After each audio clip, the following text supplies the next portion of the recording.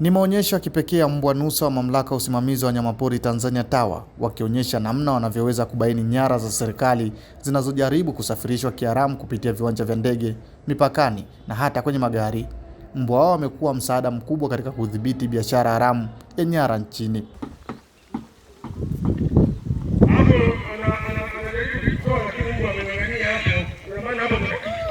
Kwa mujibu wa kaimu naibu kamishna wa huduma za uhifadhi TAWA, Leonard Maeta, akizungumza jijini Arusha katika makabidhiano ya jengo maalum la kikosi cha mbwa nusa TAWA K9 Unity, ametaja miongoni mwa nyara zilizokamatwa ni pamoja na meno ya tembo vipande 258.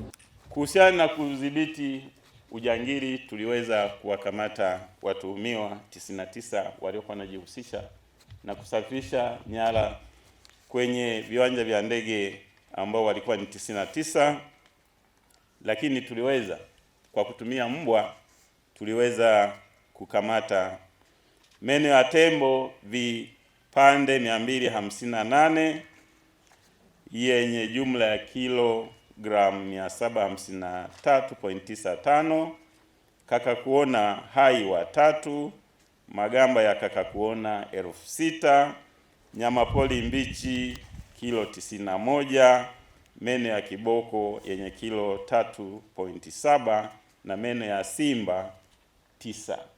Jengo hilo maalum la kikosi cha mbwa nusa linajumuisha nyumba ya kuhifadhia mbwa, sehemu ya mazoezi, nyumba ya watumishi wanaowatunza mbwa hao, pamoja na vifaa tiba na vitendea kazi. Pastori Magingi ni mkurugenzi mkazi wa African Wildlife Foundation AWF, ndiye aliyekabidhi rasmi msaada huo kwa TAWA. Nakumbuka hawa mbwa walikuwa wanaishi eneo la nje ya ofisi ya TAWA kanda kaskazini.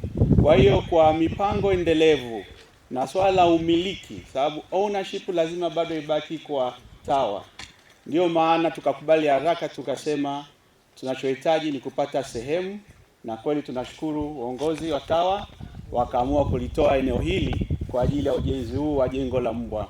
Tunawashukuru sana. Hiyo ni hatua ambayo umesema ni commitment ya ulinzi na uhifadhi wa wanyamapori wetu. Naye mwenyekiti wa bodi ya wakurugenzi wa TAWA Meja Jenerali mstaafu Hamis Semfuko amesema kuboreshwa kwa miundombinu ya kikosi hicho ni faraja kubwa itakayowezesha mbwa hao kufanya kazi kwa ufanisi zaidi. Jengo hili ni muhimu kwa kuwa linawezesha kikosi chetu cha mbwa nusa kufanya kazi zake kwa ufanisi na kwa gharama nafuu.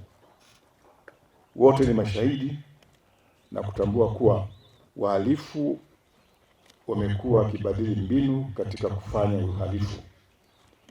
Hivyo matumizi ya mbwa nusa ni nyenzo muhimu na ya kisasa katika kudhibiti uhalifu unaohusiana na usafirishaji haramu wa nyara za serikali na biashara haramu ya wanyamapori. Programu ya mbwa nusa ilianzishwa mwaka 2015 kwa ufadhili wa AWF, ikiwa na mbwa wanne wa awali wenye thamani ya zaidi ya dola za Kimarekani 20,000 waliogawanywa katika maeneo ya viwanja vya ndege, bandarini na mipakani nchini. Mimi ni Profiti Manga na hii ni Wasafi News.